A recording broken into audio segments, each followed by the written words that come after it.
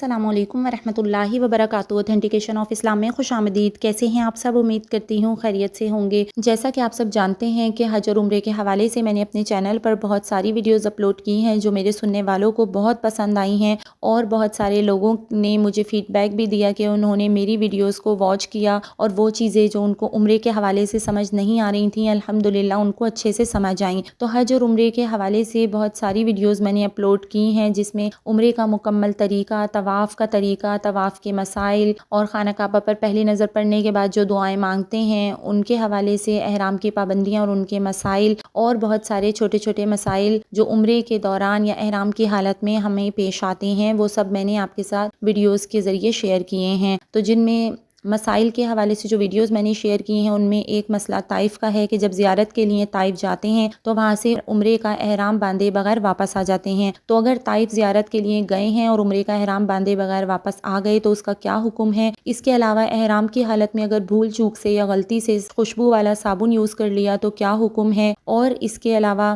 آج کل جو ایک مسئلہ بہت زیادہ پیش آ رہا ہے وہ یہ ہے کہ مطاف میں سعودی گورنمنٹ نے صرف ان لوگوں کو طواف کرنے کی اجازت دی ہے جو عمرے کا احرام باندھ کر آتے ہیں۔ لوگ عمرے کی نیت کے بغیر احرام باندھ کر مطاف میں طواف کرنے چلے جاتے ہیں۔ تو اس کے بارے میں مفتیان اکرام کیا کہتے ہیں؟ 2 فتاوی میں نے اس ویڈیو میں آپ کے ساتھ شیئر کیے ہیں، تو وہ ویڈیو میری واچ کر لیجئے گا۔ اس کے علاوہ میں نے اپنے چینل پر تفسیر قرآن کا سلسلہ شروع کیا ہے، تو جس طرح سے حج اور عمرے کی ویڈیوز کو آپ نے بہت زیادہ پسند کیا تو آپ میرے تفسیر قرآن کے سلسلے کے ساتھ بھی جڑ جائیے، کیونکہ میں اپنے چینل پر تفسیر قرآن 2 اوتھینٹک کتابوں، تفسیر عثمانی شیخ شبیر عثمانی صاحب کی کتاب ہے اور دوسری کتاب انوار البیان کے نام سے ہے جو شیخ عاشق الہی مہاجر مدنی رحمہ اللہ کی تفسیر ہے۔ تو تفسیر کی ان 2 کتابوں سے میں آپ کے ساتھ قرآن کی اوتھینٹک تفسیر شیئر کر رہی ہوں جو میرے سننے والوں کو پسند آ رہی ہے۔ اگر آپ نے میری وہ ویڈیوز ابھی تک واچ نہیں کی تو تفسیر کے اس سلسلے کے ساتھ جڑ جائیے۔ اللہ پاک ہم سب کو قرآن کو سیکھنے والا، سمجھنے والا اور اس پر عمل کرنے والا بنا دے، آمین ثم آمین۔ تو چلیے آج کی ویڈیو کے ٹاپک کی طرف چلتے ہیں۔ جس طرح سے میں نے آپ کو بتایا کہ میں نے حج اور عمرے کے مسائل کے حوالے سے بہت ویڈیوز ڈالی ہیں، اور آج کی ویڈیو بھی میری اسی حوالے سے ہے، کیونکہ جتنی دفعہ بھی میرا حرم شریف جانا ہوا تو یہ مسئلہ میں نے خود دیکھا کہ عورتیں مردوں کے بیچ میں نماز پڑھ لیتی ہیں، اور یہ بہت بڑا مسئلہ ہے جس کا انہیں خود نہیں پتا کہ ایسا کرنے سے کہ اگر عورتیں مردوں کے بیچ میں نماز پڑھ لیں گی تو 3 لوگوں کی نماز نہیں ہوگی، یعنی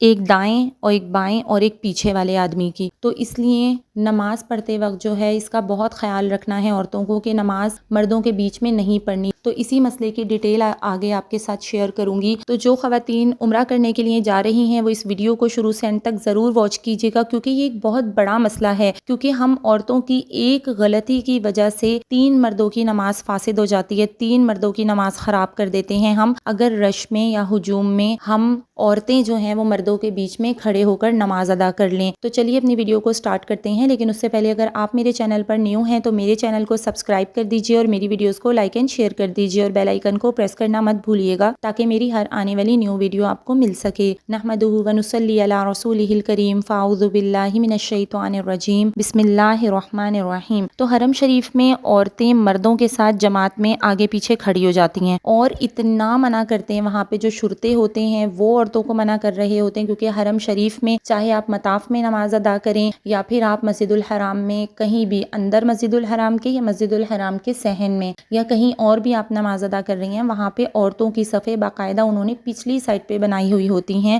اگلی سائڈ پہ مردوں کی صفیں ہوتی ہیں، پچھلی سائڈ پہ عورتوں کی ہوتی ہیں۔ اب عورتیں کیا کرتی ہیں کہ اپنے مردوں کے بچھڑ جانے کے خوف سے مردوں کے ساتھ ہی کھڑی ہو جاتی ہیں نماز ادا کرنے کے لیے، یا پھر بعض اوقات ایسا ہوتا ہے کہ مطاف میں طواف کے دوران جب نماز کا وقت ہوتا ہے تو طواف جو ہے وہ سٹاپ ہو جاتا ہے، اور جو لوگ طواف کر رہے ہیں وہ اپنی اپنی جگہ پر صفیں بنا لیتے ہیں۔ تو عورتیں کیا کرتی ہیں، مطاف میں طواف کرتے وقت نکل کے پیچھے کی طرف بعض اوقات نہیں آ سکتی، وہ ہجوم میں ہی پھنس جاتی ہیں، یعنی عورتوں کی صف تک نہیں آ سکتی، اور بعض اوقات ایسا ہوتا ہے کہ وہ آنا بھی نہیں چاہتی، وہ وہیں پر اپنے محرم کے ساتھ مردوں کے بیچ میں ہی نماز ادا کر لیتی ہیں۔ تو اس طرح عورتوں کا مردوں کے ساتھ کھڑا ہونا شرعاً حرام ہے۔ جو محرم آدمی ہوتے ہیں وہ بھی کیا کرتے ہیں کہ عورتوں کو کہتے ہیں کہ نہیں یہیں پہ نماز پڑھ لو، کوئی مسئلہ نہیں ہے۔ تو یہ چیز شرعاً حرام ہے، اس چیز کا خیال رکھیے گا۔ اب یہ مسئلہ غور سے سنیے گا کہ نماز با جماعت میں کوئی عورت کسی مرد کے برابر اس طرح کھڑی ہو جائے کہ اس کا عضو کسی دوسرے عضو کے مقابل ہو جائے اور درمیان میں کوئی چیز حائل نہ ہو،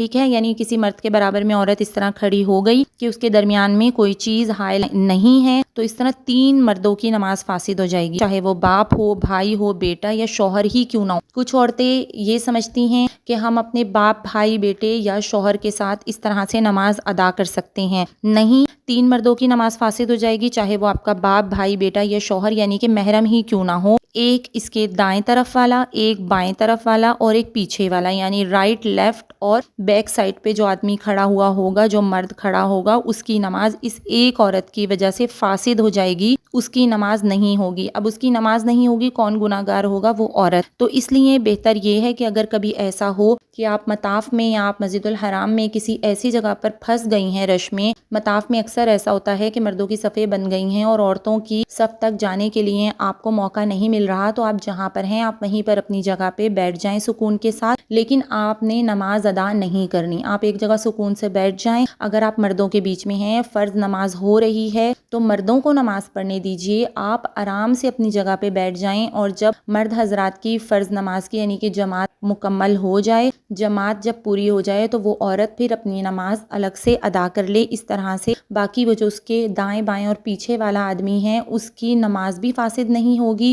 کیونکہ عورتوں کے لیے جماعت سے نماز پڑھنے کا حکم نہیں ہے، تو اس لیے عورت اپنی نماز بعد میں بھی پڑھ سکتی ہے، لیکن کیونکہ آدمیوں کے لیے جماعت کا حکم ہے تو جو آدمی آپ کے دائیں بائیں اور پیچھے ہیں ان کی نماز ہونے دیں۔ آپ جہاں پر ہیں آپ کو پیچھے عورتوں کی صف تک جانے کا موقع نہیں مل رہا، تو جہاں ہیں وہیں پہ بیٹھ جائیں، باجماعت نماز ادا کرنے کی کوشش میں باقی مردوں کی نماز خراب نہیں کریں، ٹھیک ہے۔ یہ مسئلہ بہت اہم مسئلہ ہے، جتنی دفعہ گئی میں نے یہی دیکھا کہ شرطیں اور وہاں پہ جو لیڈیز ہوتی ہیں جو انتظامات سنبھالتی ہیں، عورتوں کو کہہ کے تھک جاتی ہیں کہ آپ پیچھے جا کے نماز پڑھیں، لیکن وہ وہیں پہ اپنے مردوں کے کھو جانے سے یا بچھڑ جانے کے خوف سے وہ ان کے ساتھ ہی نماز پڑھنا شروع کر دیتی ہیں۔ تو اس کے لیے بھی ایک بہترین حل یہ ہے کہ ہم الحمدللہ اپنی فیملی کے ساتھ گئے تھے، بچے بھی تھے میرے اور میں بھی، تو ہم نے ایک جگہ مقرر کر لی تھی مسجد نبوی میں بھی اور مسجد الحرام میں بھی کہ جب بھی ہم کبھی بچھڑ جائیں گے تو یہاں پہ ہم مل لیں گے اس جگہ پہ۔ تو الحمدللہ ہم لوگ کبھی ادھر ادھر ہوتے تھے تو ہم وہیں پہ ایک جگہ ہم نے جو